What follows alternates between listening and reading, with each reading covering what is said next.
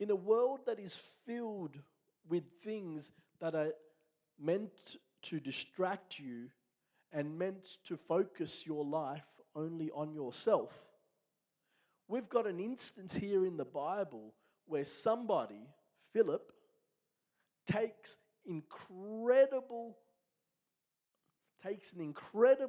time in his life, takes an incredible moment in his life to pay attention to what's going on around him.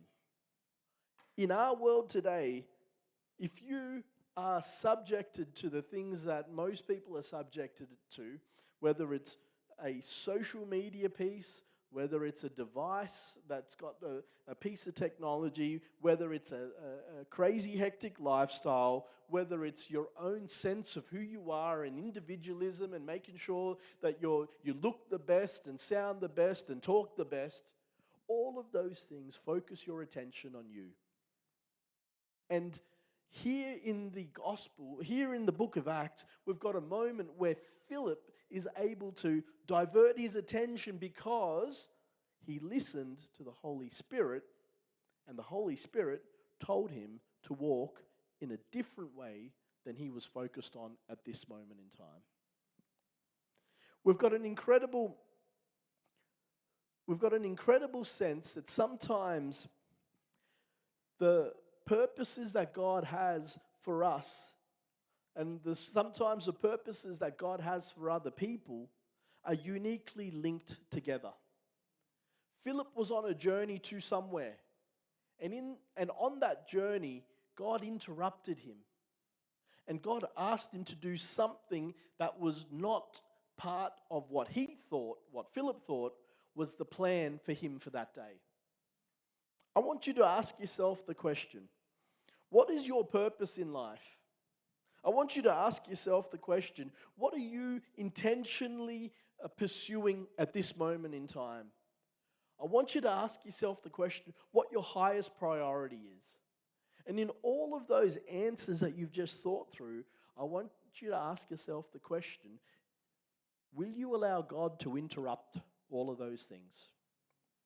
Will you allow God to bring a God-given distraction for you? Maybe it's work. Maybe it's raising your kids. Maybe it is your schooling. Maybe it is your extracurricular activity pursuits. Maybe it is the biggest problems in your life have got your attention at this moment in time. I want to ask you the question, if God says to you, like he did to Philip, go south to the road, the desert road that goes down from Jerusalem to Gaza, will you go? Will you go when God prompts you to do something that is out of your schedule? Will you go when God prompts you to do something that is out of the ordinary? I want to encourage you this morning that God allows these interruptions to happen to you, to speak to you, because he's building something within you that is within the purpose that he has for your life. You see, when we ask God, when we listen to God and hear what he has to say and follow, it brings humility and trust in God's plan. When we hear what God has to say and follow through on it, it allows us to be intentional about what God is doing in our heart.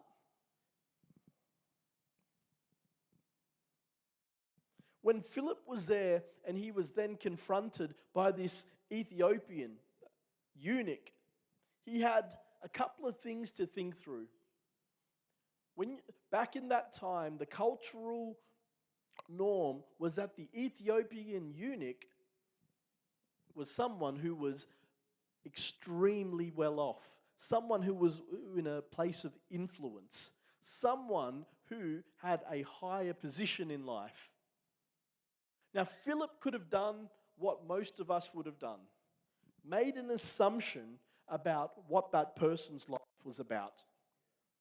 You see, when you see someone that looks like they've got it together, I don't know about you, but I often think, what can I contribute to them? Maybe they're driving the nice car. Maybe they're sitting in the corner office. Maybe they're the person that's walking around in a really nice suit and tie. And we make an assumption. But we also make these assumptions about everybody else. Maybe it's the person that has the vagabond clothes.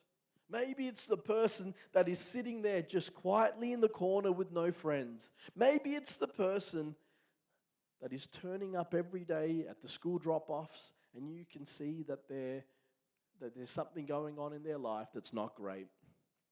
You see, at that moment, Philip could have decided, based on his assumptions of what was going on in someone's life, that there was no need for him to be there. God had prompted him, and he was there because God had said go. And when he got there, his own preconceived ideas could have stopped him speaking into this person's life. I want you to look around you in your mind now. Who's in your life at the moment that you've made an assumption about?